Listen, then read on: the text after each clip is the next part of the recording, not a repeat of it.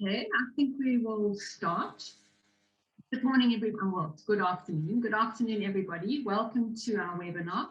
My name is Jane Maloney, and I run the Paper Manufacturers Association, and I'm currently the acting CEO of Fibre Circle. When it says acting, it means you work, but you don't get paid. In my role as lead on waste for Business Unity South Africa, I was asked to head up the Bruce task team on amendments to the EPR regulations, which we are going to discuss today. That's extended producer responsibility regulations. More specifically, we will discuss how they relate to paper and to paper packaging.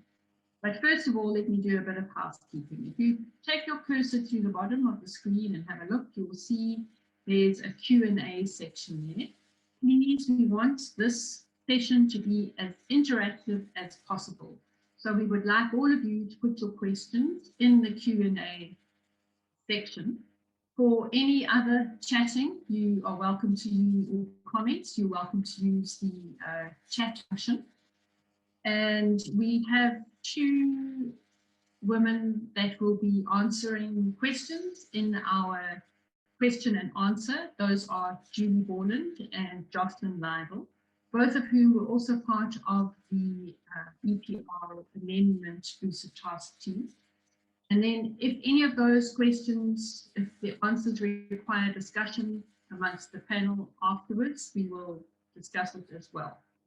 So as I mentioned, we wanted to be as interactive as possible. So I'm going to ask Samantha now to share a poll.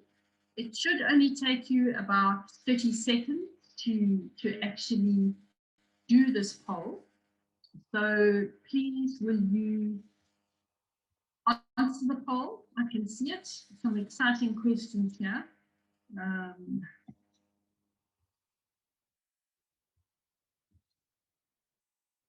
And I think I should do it too, maybe not.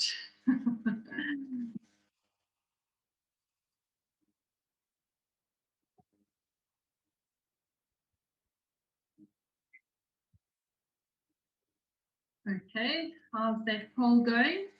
You should all be almost finished with the poll. We'll just give you a little longer.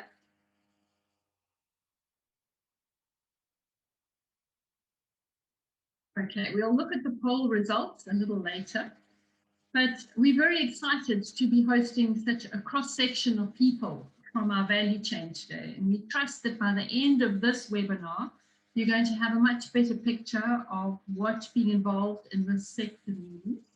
Anele Sololo is going to give you a taste of some paper-related statistics, that you will be able to have a better understanding of what Fibre Circle is. Francoiss Murray is going to unpack this and the timeline for action that's required by you in relating to these extended producer responsibility regulations. And then most importantly, we want you to understand these regulations and what they oblige you to do. So our legal eagle on the line, Terry Winstanley, she's going to take you through that aspect. Some of you may disagree with what I'm going to say now, but if you manufacture paper, import products in paper packaging, and the weight of the packaging amounts to more than 10 tons a year, or if you buy paper or paperboard and then laminate it, or change it in any way that makes it more difficult to collect and or recycle during this process of changing it, then these regulations are going to impact you and you will be liable to pay an extended producer responsibility fee. But in fact, these regulations are going to certainly impact the economy, and it's up to us to ensure that this is a positive impact rather than just one of increasing the cost of goods to consumers. And I think I'm getting a bit ahead of myself. Samantha, have you got the results of that poll? Could you share it with us, please? Okay, 26% of you believe that paper making causes deforestation. In South Africa, is paper made from sustainably farmed wood and recycled paper fiber? Yes, well, that's a healthy healthy amount if you believe that. What's the next one? Sorry, Master. Why should we recycle paper? Okay, what is the correct answer to why we should recycle paper? There was no correct answer, it was a multiple choice. Oh, okay. So it was a multiple choice, but I can't see it now. I'm moving it up and down and it jumped from one to the next. Okay, and then I have the following at the bottom of my emails. Please consider the environment before you print. All right, a quarter of you have that. And then South Africa's current paper recycling rate. Okay, there's a pretty good spread across there. Some of you are honest and say you don't know. I think the rest of you guessed. All right, we're going to ask Anele Sololo, who is involved in entrepreneur training and recycling promotion and awareness. We're going to ask her to take us away with some paper facts and to discuss a little bit about this poll. Thanks, Anele. Thank you very much, Jane. Good day, everybody. So I believe that today is actually a perfect moment for to educate as the results. The results are not as bad as I as I thought they would be, but then again we can take this moment. So 26% of you have said that paper making causes deforestation. You're about to get schooled. Firstly, we need to understand the definition of deforestation. Deforestation is the clearing of forest or trees for agricultural, commercial, housing, or firewood use without replanting. Sustainable forestry is very different. Our sector plants, grows, harvests, and replants the trees it is used for wood. The forestry sector, yes, there we are. The forestry sector comprises of 1.2 million hectares of planted forests. 676,000 hectares of this go towards pulp and paper production. However, only a small percentage, which is 10% of this, is harvested a year, and it will be replanted within that year. So while we're growing these trees, these trees, they actually absorb carbon dioxide and they give us oxygen. They store the carbon dioxide locked in a lifetime of the wood, pulp, or paper product. So if you have an email, like 25% of you that have said now that says, please consider the environment before you print, please remove it, because we actually, as the paper sector, we actually do care about our environment. We look after the land that we use. We provide jobs for the thousands of the people that work within the industry. And this is basically from growing your trees to all the way to recycling and everything else in between. So the forestry value chain, as I said, from growing trees all the way to recycling, employs some 150,000 people and support thousands of livelihoods, especially in the rural areas. But our sector does not just make paper from trees.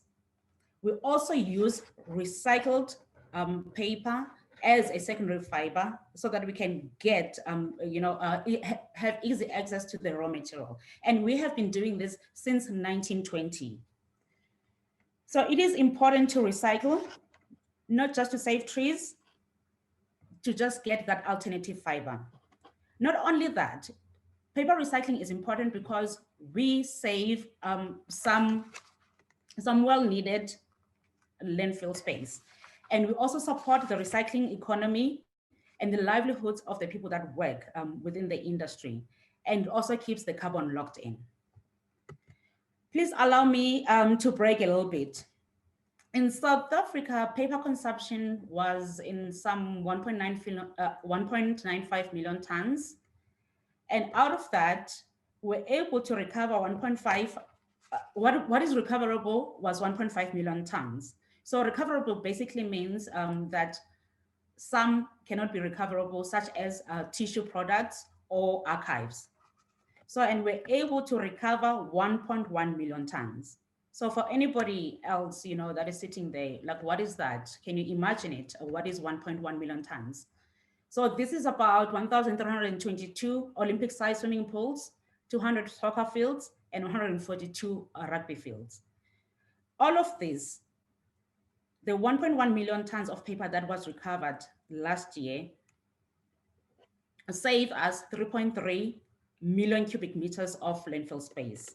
And all of that was recovered into new paper products that everybody else uses. This gave us a recovery rate of 73.3%. So over the span of 4 years, it has given us an average of 71% in South Africa. So this is obviously due to the efforts of everybody else involved, industry, you know, everyday South Africans, businesses that care about their responsibility, and the thriving informal sector. So how did we do this? How did we achieve all of this work? Recycled PaperZA, in partnership with Fibre Circle, we believe in education, awareness, and training. So we run various interventions all over South Africa. And we do a lot of education in schools, where we have to date reached out to more than 60,000 schools and reaching out to more than 150,000 school children all over South Africa. And the other one that we run a basic business entrepreneurship, business course. So which the focus is on recycling. To date, we have trained more than 8,500 of these entrepreneurs. And again, they are running their small businesses. Some are small and medium enterprises.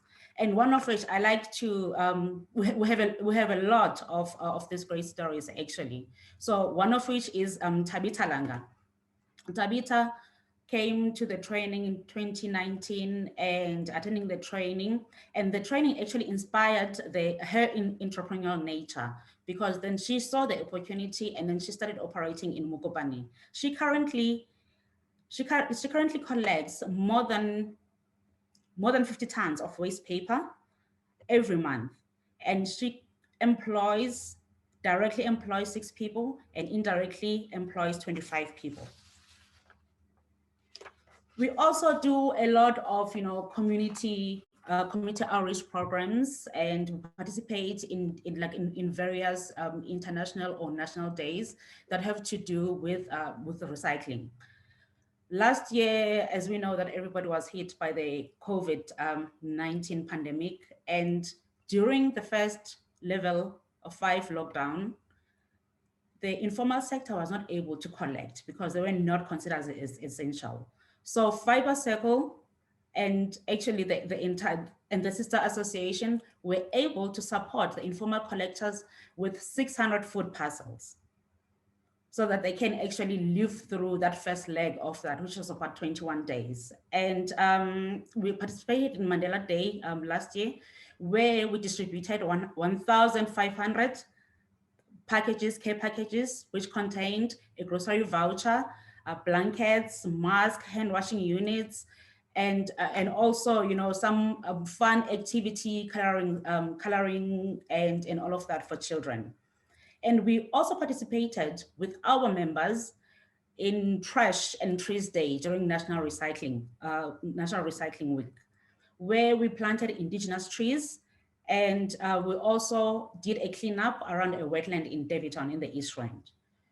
So all of this good work we've actually been doing as an industry. And can you just imagine if we all got together and did even more? There's still more that can be done. So that is why we're saying that come join us. Let us make a circle bigger. And yes. So thank you for listening. My name is Anele Sololo. Thanks, Anele. We appreciate your input. That was great. And the brilliant thing is that we have at our disposal not only Anele's expertise in her entrepreneur training, over 8,000 entrepreneurs to date, but also the network of cooperatives that she works with and the waste pickers. So thanks, Anele, that was good. I don't know if we are going to deal with any questions now, or shall we move on? I can see that some of the questions are busy being answered as we go. So that's great. So I think what we'll do is we'll move on to Francois Marais. Francois is responsible for operationalizing our EPR scheme. So it's important that we get a good picture of what Fibre Circle is. Francois, can you take us from here? Thanks, Jane. Good afternoon, everybody. I'm glad to see that we have such a good representation of the stakeholders in the value chain with us today. And yeah, I think, you know, what is Fibre Circle? I think, well, Fibre Circle is a producer responsibility organization, which is called PRO. Most people know it as PRO, and for the paper and paper packaging sector.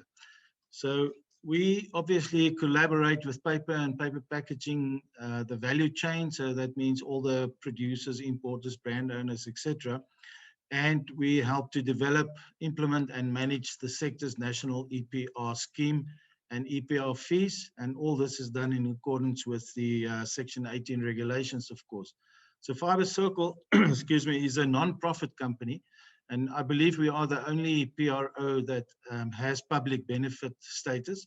And of course, we are registered with the Department of Forestry, Fisheries and Environment, now called DEF or DFFE.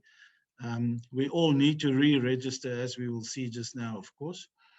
So basically, the identified paper sectors from the regulations will include newspaper, newsprint, the magazine sectors, office and graphic paper, corrugated cases and craft paper, liquid board packaging, label backing paper, and of course, paper sack. So the current fees, everybody always worry about the EPR fees that we're talking about. Prior to 5 May and up to now, there's been a voluntary EPR fee per ton of products sold onto the SA market. So if you look at the unaltered sort of papers, we're talking here, cardboard is probably known to everybody. That goes at a low R3.20 per ton. And the reason for that, of course, is that it's a very easily collectible and recyclable product. Then there are fees, excuse me, for 75 Rand per ton for what we call altered paper. Here we're talking about the likes of liquid board packaging, laminated papers, silicone papers like label, release liner, and backing paper, for instance. And the more difficult the material is to collect, to recycle, or to reuse, of course, the higher the end-of-life processing cost and collection cost becomes, and therefore the EPR fee will be higher. The idea is to get this reduced over time, of course, with improved infrastructure and collection facilities and systems, and of course, through design and technology to make a product easier to collect and recycle. And I think it's important to understand that EPR is about the net cost of collection and treatment of your post-consumer packaging that ends up in the market.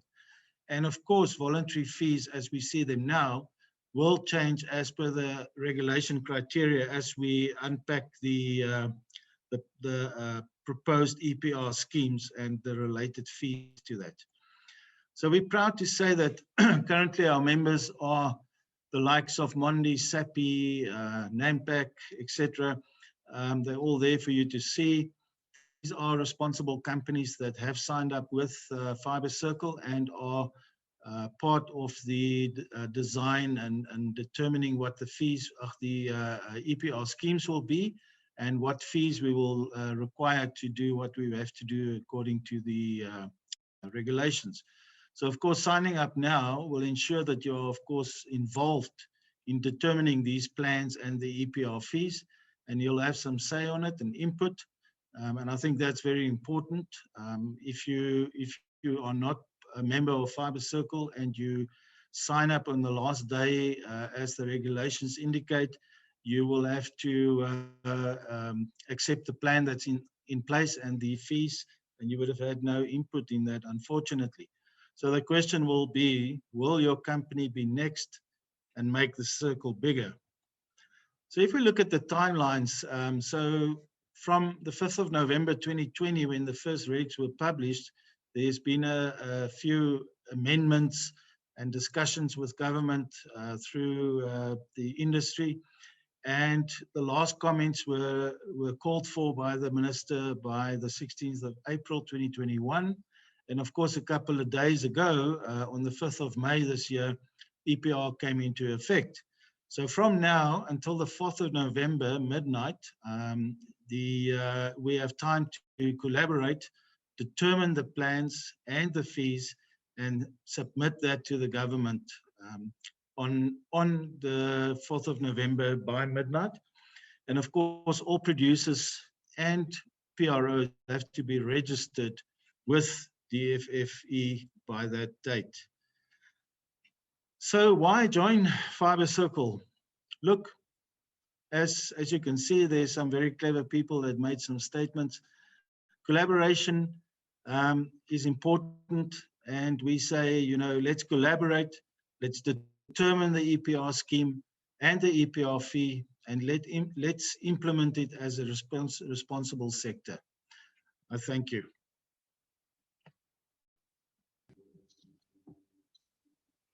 Thank you, Francois. There's some exciting questions being asked in the question and answer, and hopefully you are getting answers. But we are going to be moving on now to Terry Winstanley. Terry is a specialist, has her own specialist environmental law firm, and she has been rated by Chambers International from 2011, and that was when Chambers started actually rating environmental lawyers, right through till 2021, and she's known as a Band 1 environmental lawyer, so she's no slouch.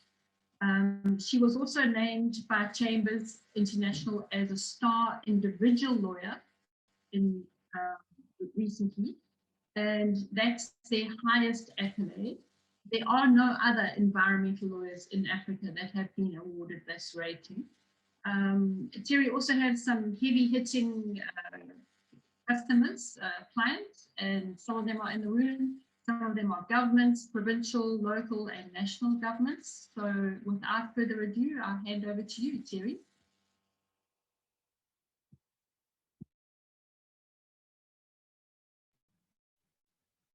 Thank you, Jane. Hello, everybody. I was asked to give you just a brief background of the legal framework that regulates extended producer responsibility, or EPR, in South Africa. You'll find it in the National Environmental Management Waste Act, or what we refer to in brief as the Waste Act, and also the EPR Regulations. Francois explained the evolution of these, and one must read the various amendments collectively. And Samantha has very diligently prepared a consolidated list of the regulations, which I understand we're going to make available to you, so you can read them as a single document, which is helpful. So what is EPR?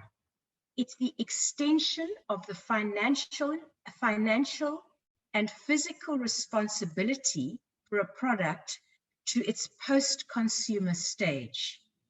And in South Africa, it requires measures to be implemented that will ensure waste minimization, financial arrangements for reduction, reuse, recycling and recovery of waste, awareness programs, and other measures which are directed at reducing the potential impact of a product on human health or the environment.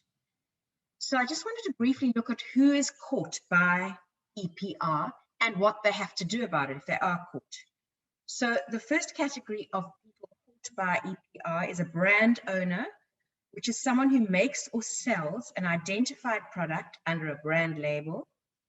And the other category is a producer, who may also be a brand owner, and that is someone who manufactures, converts, refurbishes, or imports new or used identified products. So those are the two primary players who are caught, and EPR applies to them. So what must a producer do?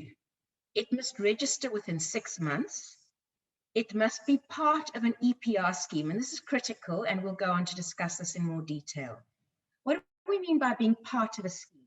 Either you have to establish and implement your own scheme, you have to join a scheme, or you have to appoint a producer responsibility organization, the PRO that Jane mentioned, to establish and implement the scheme.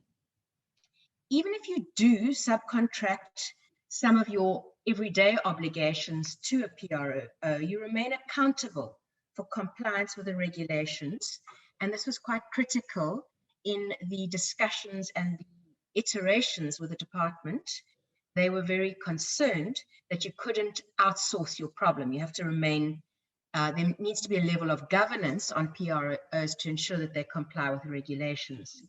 Another obligation is to conduct a life cycle assessment, which I'll go on to discuss. Also to collaborate with other producers and to develop a BE transformation charter, which already exists and which Jane would just like to mention to you briefly. Jane, would you like to tell us about our BE transformation charter, please? I'm so sorry, I was busy answering questions. Sorry, Tim. No problem. We are very fortunate as the forest and forest product sector. We have a transformation charter already, and we have asked recently, and it was approved in the Charter Council meeting, minuted as such, and submitted to the Department of Industry and the DTIC, Industry and Competition, to add in recycling. So this means that we are not going to have to start from scratch, which is very good news for us indeed. Thanks, Terry. Thank you, Jane. So it also is required to implement mandatory take-back schemes where those are required, and to implement environmental labels within 3 years of the coming into force of the regulations. The next issue is, what must a PRO be? Firstly, it has to be autonomous. It must be not-for-profit, and Francoiss explained that Fibre Circle is a not-for-profit registered company. It has to have a board of directors, which is drawn from its members, and it must comply with the Companies Act. What must a PRO do? Firstly, it must register. Secondly, it must develop a scheme. Then it has a host of other obligations which involve collection of fees, internal and external audits, retaining a register of its members, submitting data, cooperating with municipalities, who are obviously the entities who at the moment collect a lot of the product that we are now talking about that is the subject of EPR. They are also obliged to integrate informal waste collectors into the post-consumer value chain and to pay them properly in accordance with the regulations, and also to implement transformation. I'm not going to repeat the obligations of a producer who implements its own scheme. They're very much mirrored. You either produce your own and comply with the requirements, or the PRO does it on your behalf. Importantly, what must a scheme contain? It is critically must contain production measures that design for recyclability and avoid and minimize waste. That might include in composition, volume, or weight of products, and must design for reuse, recycling, and recovery. Also, if the material cannot be reused, recycled, or recovered, how it must be disposed of. There are also obligations regarding reporting and job creation in the minimum requirements for schemes. There are some quite complex financial arrangements, which Francoiss touched on briefly, regarding the stipulation of a fee, an EPR fee, which must be based on net cost recovery, and the amount of which must be concurred with by the minister. There must be an annual financial budget, both for PROs and for producers who implement their own schemes. It must be monitored, and it will be reviewed at least every 5 years, and it may be deregistered if it is found to be inadequate.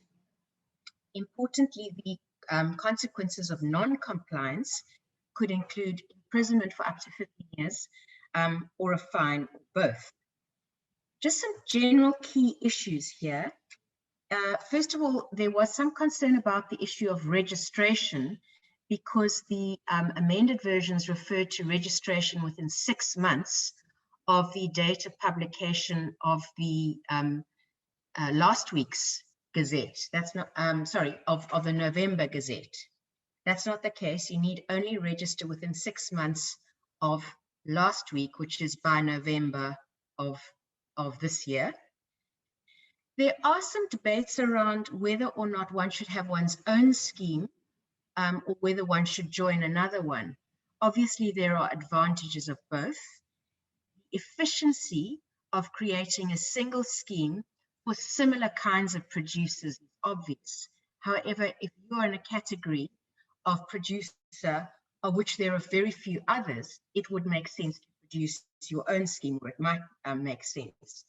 What is not clear whether or not government has the capacity to oversee many different schemes, and I suspect the answer to that is no. Then just one other issue, there were some concerns about what is required in a life cycle assessment, which, as you probably appreciate, is a state-of-the-art term and is quite complex. We do have a definition in the regulations of what a life cycle analysis is, and it's a more watered down version, but it's anticipated that both these uncertainties and others that I haven't mentioned will become clear and will be resolved as we start working with the EPR regulations. Thank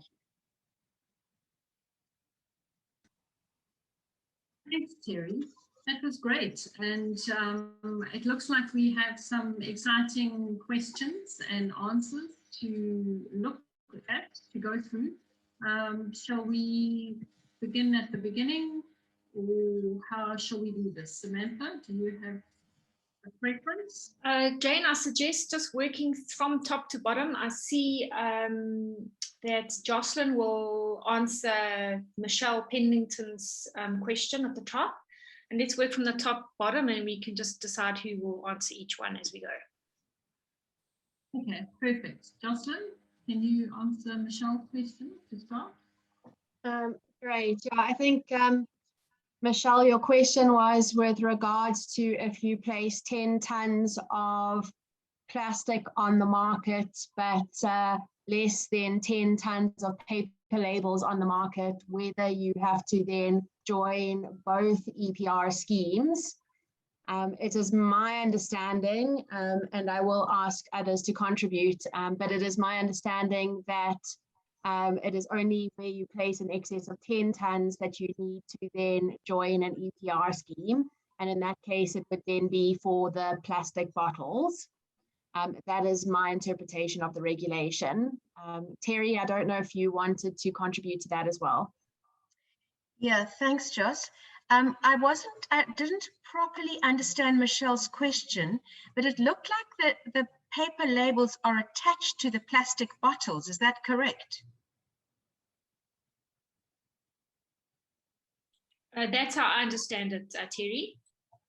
If that is so, then that component of that product, that is the paper, would be caught in the obligation to deal with this under the EPR regulations, because it's now attached to the plastic bottle. So I agree that the production of the 10 tons of plastic bottles will trigger the obligation to join the scheme, but then that paper component of it will have to be dealt with as part of that scheme. Yeah, I think you would join the plastic one. Francois, you wanted to answer? Yeah, I think that's quite correct. And then I think how one could look at it is that what is the biggest proportion of a certain stream in your packaging? So if it's a plastic bottle, it would most definitely be that. So let's assume that's HDPE. And the labeling that you use on your packaging, you would therefore be responsible for looking after the waste part of that as well. I can use an example of a liquid board carton, milk carton, for instance, which actually has paper fibers in it, but it also has aluminium foil in it, and it also has HDPE and LDPE. However, the PRO for paper then takes on the responsibility for the what we call polyalu waste that comes out. So it's not necessary, I would imagine, in my understanding, that you would then have to join Polyco, for instance, as well for that particular product stream. I think it's where you have your most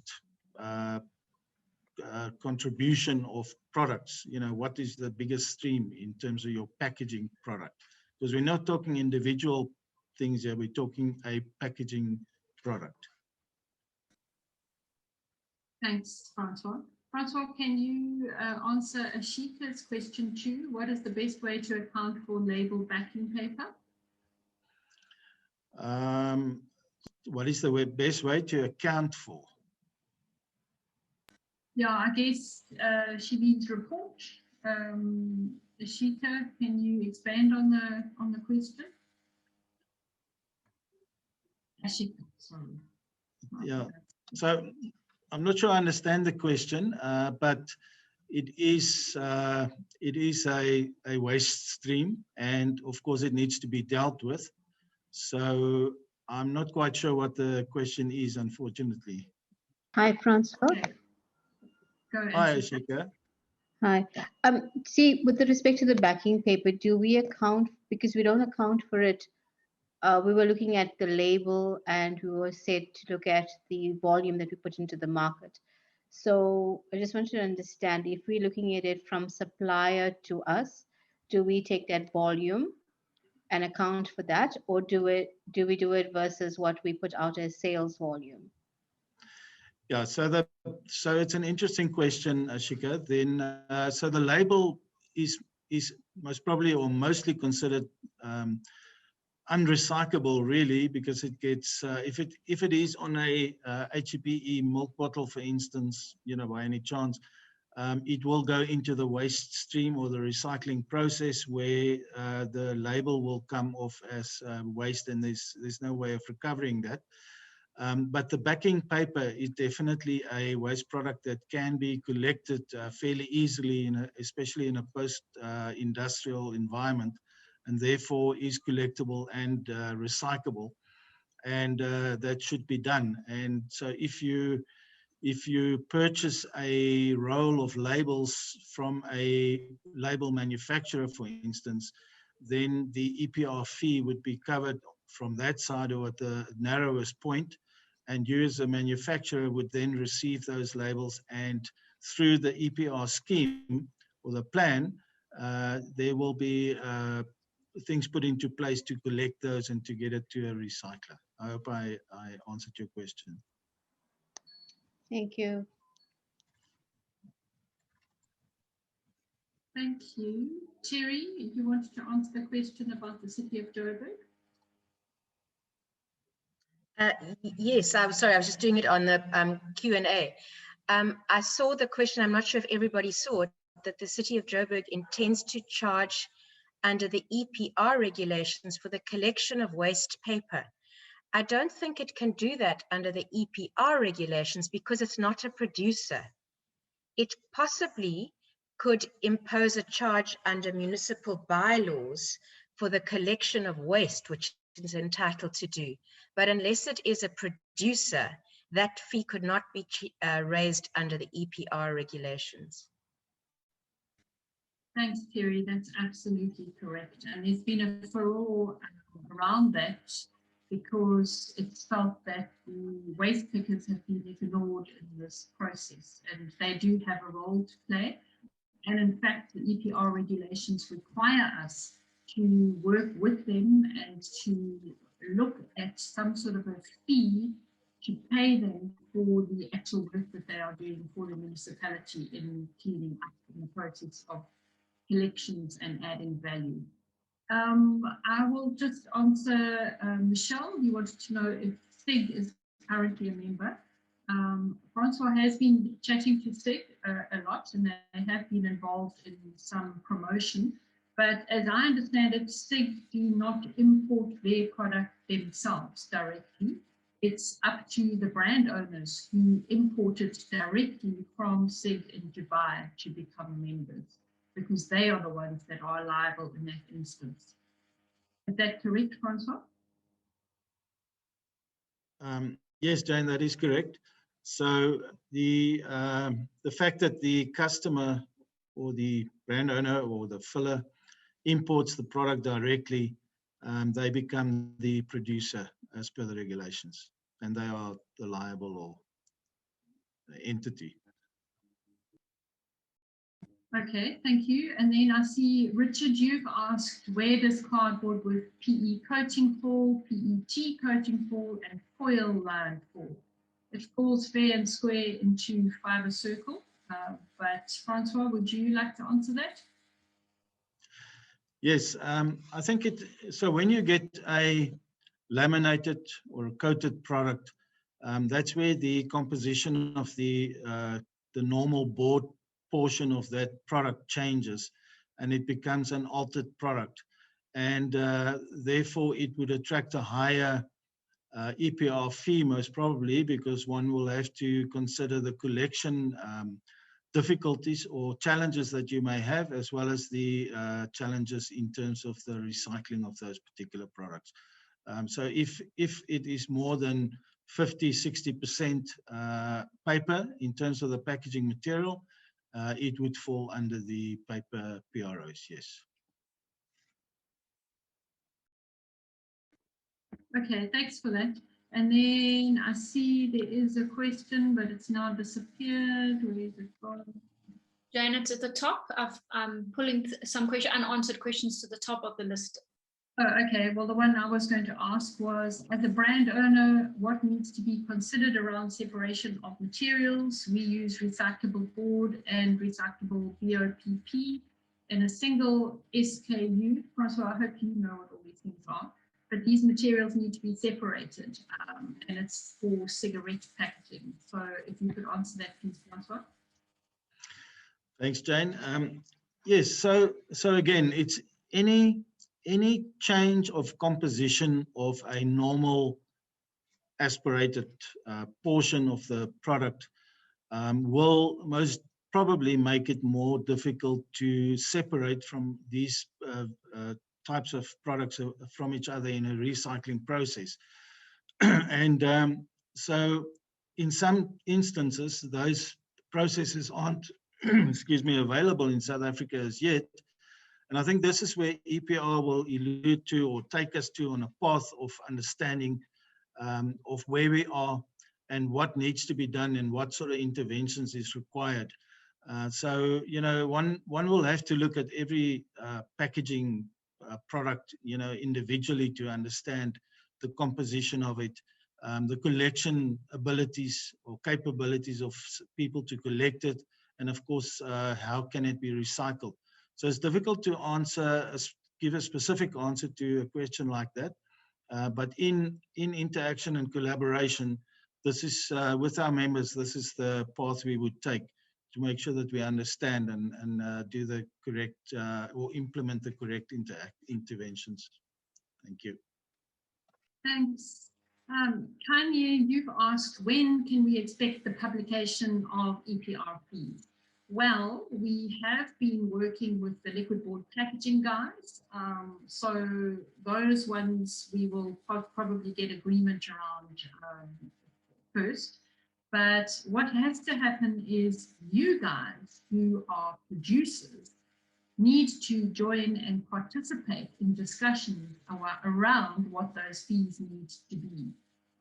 And then they can only be published when the Minister of Department of Forestry, Fisheries and Environment has actually concurred, so she's agreed with the Minister of National Treasury. Then they can be published. I did have a chat to Anbin, and we can submit the individual fees that for difficult to recycle and for possibly newsprint or others, we can do them at different stages. We don't have to submit everything all at once. So they have to be submitted, and then government has to agree within 60 days. But the way that we have decided to go with Fibre Circle is that if you join, you start off by paying the voluntary fee until the mandatory fee has been agreed. So by yourselves and by government. Francoiss, do you want to add anything to that? No, I think that's fairly clear, Jane. Yes. So by participating with Fibre Circle or joining Fibre Circle now, you would, of course, be expected to pay the voluntary fee or the current voluntary fees.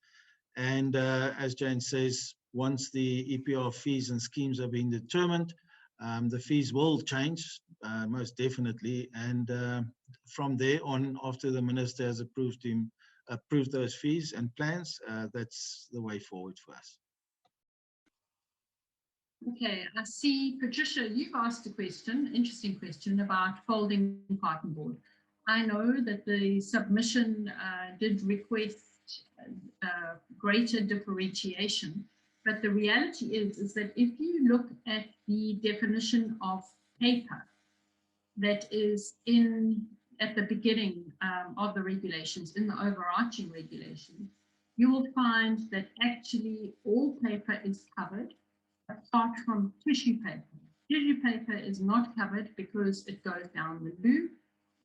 So if you had to look at the ITAC codes that would fall under the existing definitions, you'll find that folding carton board is caught in the net. I don't know, Francoiss or Thierry, do you want to add something to that? I think you're quite right, Jane, and especially if you look at frozen food packaging, which has either a LDPE liner or a coating or something to prevent moisture damage, those would most probably fall into the liquid board packaging side. So yes, as Jane says, everything is captured, and I think what we should, as producers, understand in South Africa is that we have a responsibility, and I think this is our chance of showing our commitment to finding solutions to the problems that we have globally. I think we need to understand that this is a good thing, actually, and we must just try and do it as cheaply as possible. Okay, thank you. Martha, you've asked, can we still negotiate for a cost per ton? It's not so much around negotiating, but as a producer, if you join Fibre Circle, then you actually have an opportunity to give input as to what you feel the fee for your particular product should actually be. So from that sense, you do have a say. But no, you can't negotiate by saying, as an example, well, again, Francoiss, perhaps you can give the example of, you can't about industrial and post-consumer. I don't know if you want to do that, please. Yeah, thanks, Jane. Yes, I think we must just think always how this thing works. So we are responsible as a producer or a manufacturer of products, obviously, for our post-industrial waste.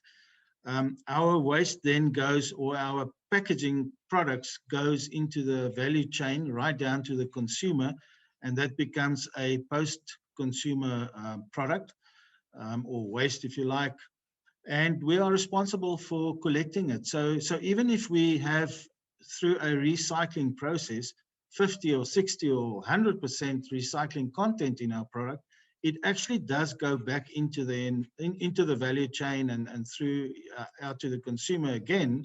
And the EPR covers, remember always, the collection and the treatment of the product that goes into the market. So even if it is 100% recycled, it can still end up in the environment and it can still end up in landfill.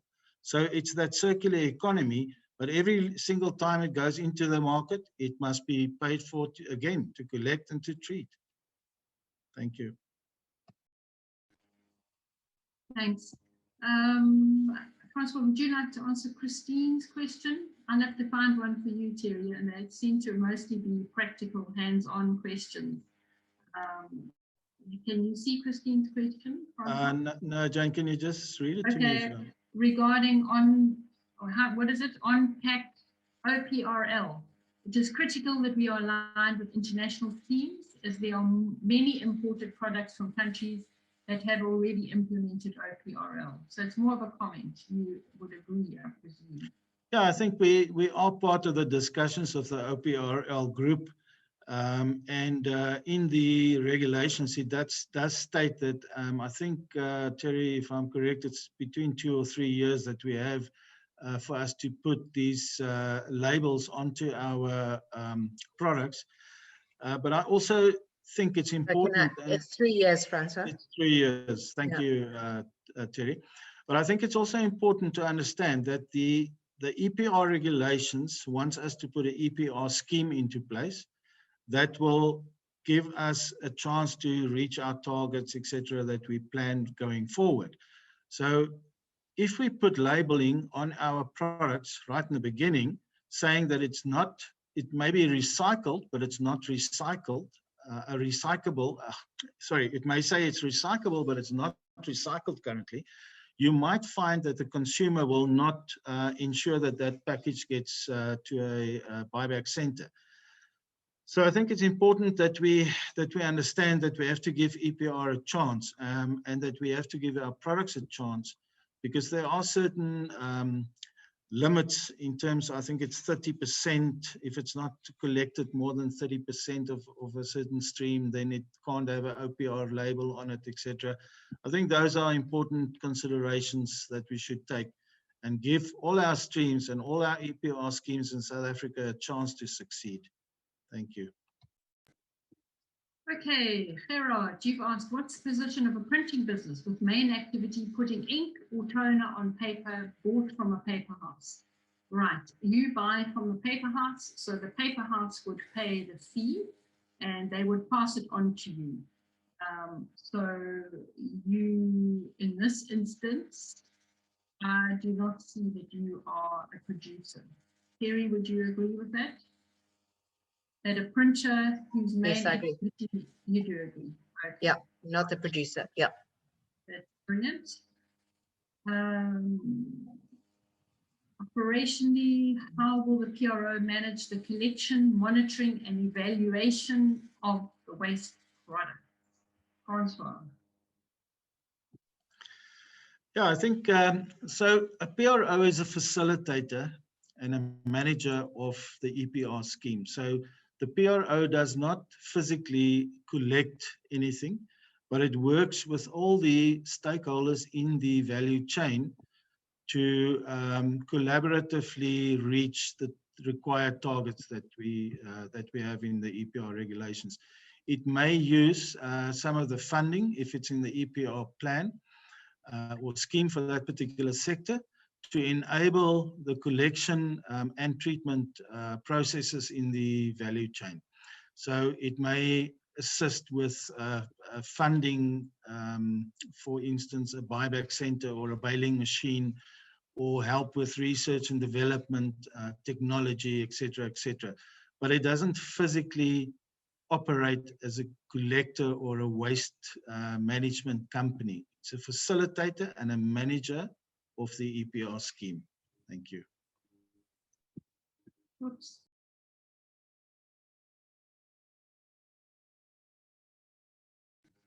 Apologies, I muted myself instead of unmuting myself. Mark Ellis, you have asked a very important question. It's around double dipping. Depending on the value chain, I would assume it should be, is it possible? Is it possible that a number of parties are paying a fee of 75 Rand a ton for the same material? The answer is no.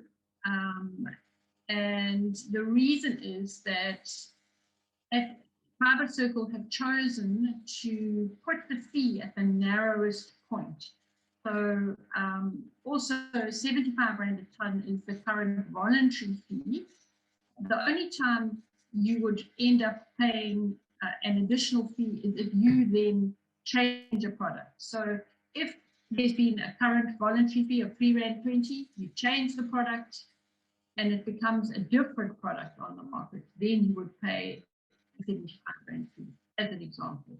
But just a warning, and Francois can deal with this further, the R75 is highly unlikely to stay at R75. And Francois, perhaps you would like to talk to this? Yes, thanks, Jane. Yeah, I think we have to understand that when an EPR fee is determined, it has to take all the criteria and factors into consideration that is in the regulations. You will have to look at the targets that you need to recover and treat, and you would look at the full cost of collection and treatment.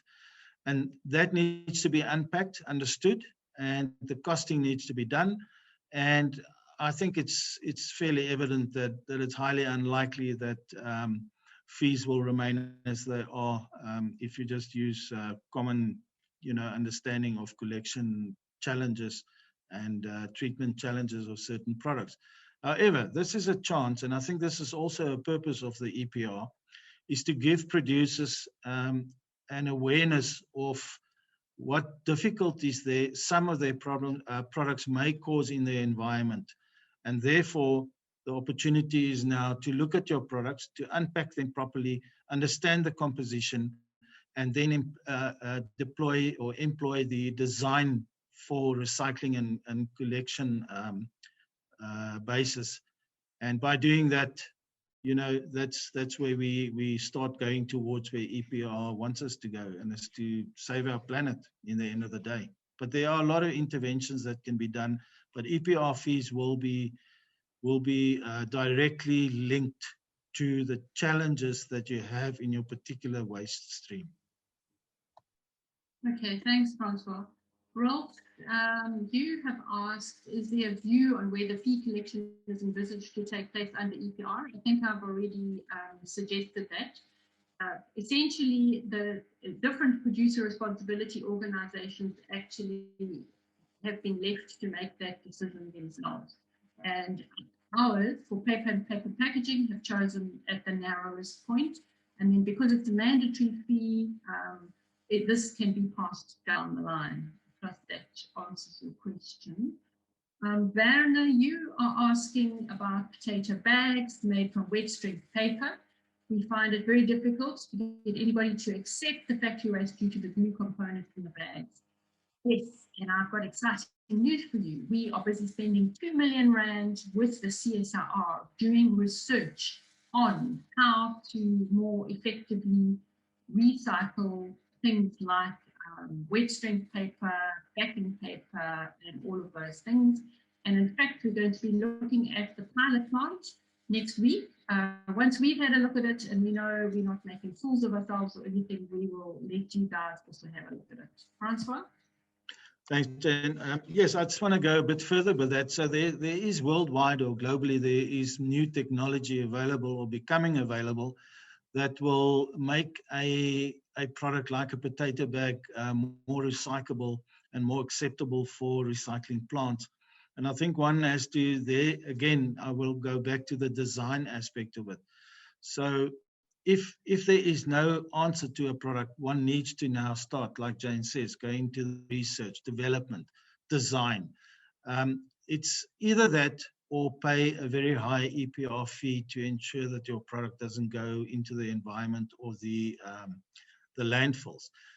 If you look at the type of contamination, if we just look at a cement bag, I mean, cement bags are basically or theoretically recyclable. However, the post-consumer product contains a lot of contamination in terms of cement product itself, which makes it very difficult to recycle. So there's a lot of work to be done.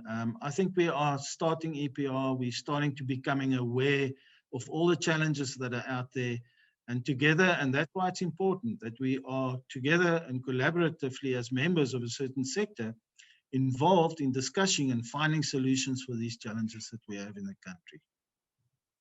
Thanks, Francois. Catherine, in terms of the environmental labels, has the SANS documentation been finalized?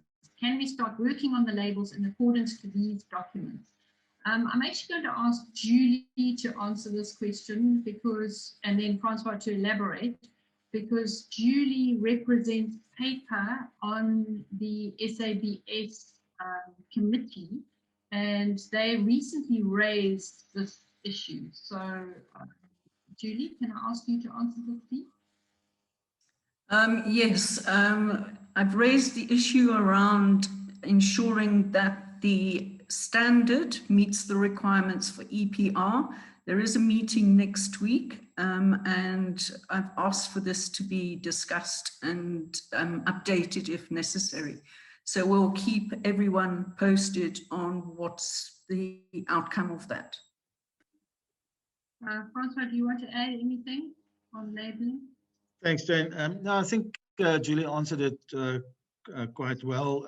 I think probably what we need to understand here again is that we are in baby steps with EPR. There's a lot of things we need to do, and labeling is one of them. Labeling needs to be discussed, and it needs to be understood in terms of what we need to bring, what message we need to bring out there. So yeah, it's going to be a process, everybody. We have the next 5 years, and throughout these next 5 years, we're going to come across a lot of things that we find might not be implementable. And this, the nice thing is obviously that government has an open door, so we can discuss these things with government, and we can perhaps ask for amendments, etc., as we go. But somewhere we have to start somewhere, and this is where we are now. Believe me, yeah, we're going to find a lot of things we need to change as we go along. Yeah, but we're going to hit the road running, and we are going to make a difference. And on that note, Lex, thank you for your statement of encouragement. You've said it's very important for everyone to realize we now have a chance to run our own system largely on our own terms. If we don't make it work, government will intervene, which will really put us on the back foot and probably cost us all more. I'm going to ask Terry just to take a step back. Section 28 was what was originally mooted, and there we would have potentially had Waste Management Bureau dictating, etc. Terry, do you want to just take us back, Section 28, Section 18, briefly? Yeah, and it is a little bit complicated because it's obvious that there was some sort of political rather than legal issues that led to that decision. But in essence, I agree with the comment that this is going to be a scheme which will enable people to be much more in control of it, the producers to be much more in control of it than had we gone the Section 28 route, which, as you correctly pointed out, would have been managed by a Waste Bureau. And what's key about this is that the fees that are obtained through the EPR scheme will go directly to implementing EPR with all the benefits that that can create, opposed to a Waste Bureau where some of that money could have been lost to other government pots and wouldn't have necessarily had the same impact as we have the opportunity to produce now. Okay, the other aspect, Lex, and I assume that you're not suggesting this, but individual companies are, of course, able to run their own scheme. However, the companies that are suited to do this tend to be brand owners that have take-back systems or deposit systems for bottles and that sort of thing. It certainly doesn't suit everybody. Fritz, you are saying we print, cut and fold purchased corrugated board into corrugated boxes. However, we do not produce the corrugated board ourselves. I assume you want to know, are you a producer or are you not? As long as you don't import any of that board that you are then going to, the corrugated board, or you don't import ready folded boxes which you then print on, then no, you're not a producer. Francois, correct? Yeah, correct. Okay. Yeah, that is correct. I think I just need to perhaps emphasize the fact that being a stakeholder in the value chain, the EPR fee will most probably be passed down to you on an invoice, as perhaps a line item as EPR fee, which inevitably will end up with all of us as consumers. But by not being liable to pay the EPR fee, you will most probably still be part of paying an EPR fee as we go down, similarly to VAT, perhaps. Okay. Stimbile, thank you. Will the inner core of tissue be included in the EPR scheme? Yes. If you have bought the core from somebody that has made it, that core needs to go back and be recycled. So you would probably pay the fee. If you import tissue wadding and it has an inner core, then yes, and I'm pretty sure they will quickly add up to more than 10 times a year. So Stimbile, yes, I would say inner core of tissue wadding would be liable. Okay, are we coming to the end of our questions, or am I just think perhaps we could have Jane? Jane, there are a few at the top. Okay, I see one from Ashika. Please share what the scheme looks like. Okay, the scheme will have to have a business plan for each of the targets, each of the areas, so the category of paper, so around the packaging grades of paper, around newsprint, around A4 copier paper, printing and writing grades. We need to have projects, we need to know how we're going to how we're actually going to reach our target, what are we going to do to reach that target, who are we going to involve, how much it's going to cost. It's going to have to be a full business plan. So we have started working on that, and Francoiss is probably the best person to elaborate. Thanks, Jane. Yes, I agree, and I think if you take the regulations, and I'm sure I think Samantha has distributed copies of that.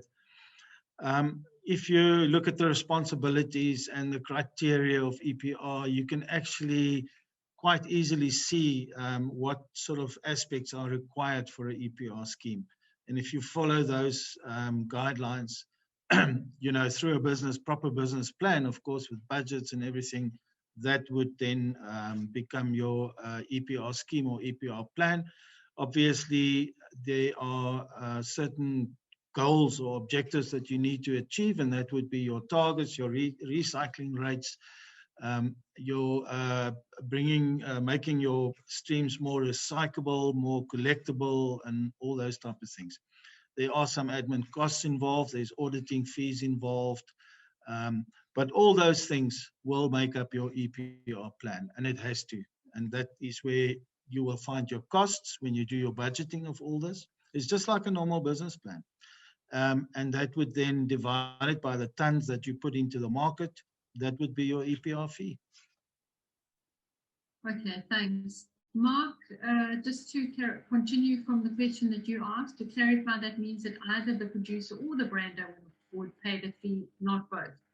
You would pay it as a secondary, you would pay it when it's passed on to you as the brand owner. So no, there's not going to be any double dipping. Yeah.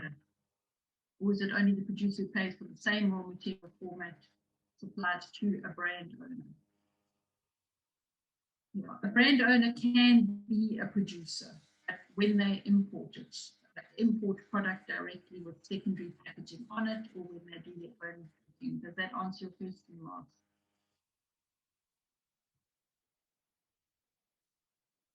Okay. Michelle, you asking, does Fibre Circle cover paper labels or just backing paper? It's the backing paper on the labels, from the labels, that is able to be recycled. The actual labels themselves, once they're stuck on a product, you can't get them back. I know there is a small company in Pretoria that has sort of a collection of fluff, which they take off the paper labels on various plastic things, and they can use that, reuse it for something else. But as far as my understanding is, it's labels, but it's ultimately the backing paper, which also takes us on to a question about post and pre-consumer waste. My understanding is that it actually covers, although the issue is post-consumer waste, the pre-consumer waste does still get counted towards your target if you collect the pre-consumer waste. Am I correct in that? Somebody on the panel? Jane, if I may answer that. Yes, I think you are, because we must remember that if you look at post-consumer waste, a manufacturer is actually a consumer. So when he receives product and manufactures another product, which he then sells into the market, being just purely the fact that he's converted something with a waste factor that can still go into the environment and into landfill. So the consumer, the producer is, or the manufacturer or converter, could be seen as a consumer in this particular aspect. So all that product is liable under the EPR scheme, because it goes into it can go from the converter, go to the environment, and go to a landfill. So it is caught in that side. Yeah, okay. Yeah, all right. I've sort of discussed what you've put up there, Christine, that it's only post-consumer and it doesn't apply to waste generated in the factory. This links to what you're saying, Susan. As a corrugated manufacturer, will our fee only be based on products we sell, or how will we see the benefit for material we recycle to paper mills ourselves? Okay, the benefit that you will see is not going to come in the form of any kind of rebate or anything like that. It's going to come in the fact that you are probably being paid for what you sell to a paper mill. So that paper has value. And the other benefit is that you are assisting by selling that to paper mills in increasing our recycling rate, which goes a long way towards reaching our target. So that is your benefit. Does that make sense? Okay, Mark, you asking as an example of question, if a producer supplies a milk carton box to a milk company who is paying the EPR fee, is it the carton producer or the milk company who sells the product to the consumer? Francoiss, this is right up your street. Yeah, so purely go back to the EPR, who's the producer? That's at the narrowest point, the EPR fee is collected there. So when that producer, let's assume it's an importer of a milk carton. So the EPR fee will be collected from the milk carton importer. The milk carton then goes to the filler, for instance, and the EPR fee is invoiced there as well. And the filler will pay the EPR fee. The product will most probably go to a retailer or a brand owner or whatever the case may be. But as it goes down the line or down the value chain to the end, in the end of the day, all of us sitting here today will be paying the EPR fee. It's not double counting, it's passing on. Think of the government loves to call it the polluter must pay. So think about it like that. So if you want that product, you create a demand for that product. You want the milk in that particular carton, you will get it like that. Then you will throw it into the environment, or you will do so responsibly. So in the end of the day, we all pay. I don't know if I've answered that question correctly, or if I misunderstood it.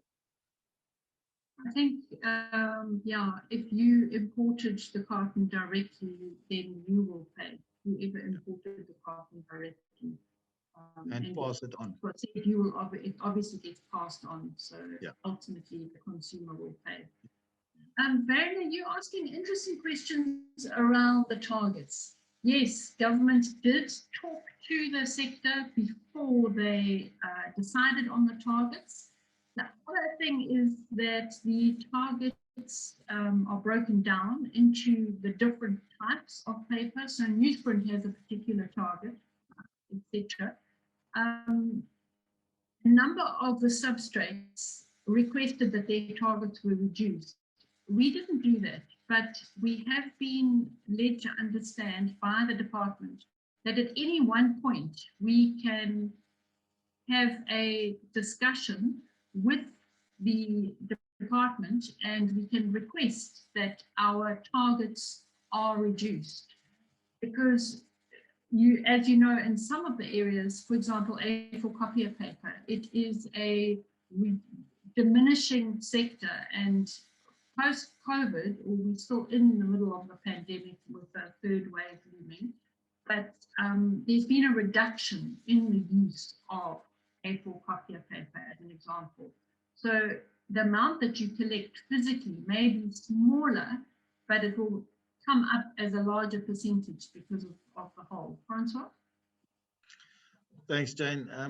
Yeah, I was just going to say that there are declining markets in the paper sectors, and if you look at the paper sector targets that were put in, I think everybody would agree that they are very conservative. The data broken up into all these particular sectors weren't always available. And throughout the next 5 years, we will gather more and more information and get to better understanding what those particular markets are doing. So we have a global or a complete market understanding of our recycling targets. But when it comes to breaking them down specifically, there's a lot of information we still need to gather. And over the next 5 years, we'll do so, and we'll be able to better target these things. But as Jane says, we definitely have an opportunity with the government to challenge some of our current understandings, in terms of what is happening out there. And if we can prove it, if it's auditable, yes, we can look at our targets. But be assured, our targets are conservative. I don't think it will be much of it won't be a big problem, I believe, in terms of reaching most of these. And of course, even if your tonnages are declining, it doesn't necessarily mean that your target, because it's a percentage, will change, because it'll still be a percentage of the tonnages that are in the market. Okay, thanks very much, everybody. We've come to the end of the session, and we are going to be sending out some information. You did receive, Samantha shared the targets that were there, and those are in the document that has been compiled, which combines the 2 gazettes, and so it's everything that is applicable to you guys out there, which is hopefully going to be of use to you. So I'll say au revoir, and hopefully we will see you in some of our discussions around the different EPRPs, and you'll be contacting Francoiss if you are indeed considered a producer. Have a good day.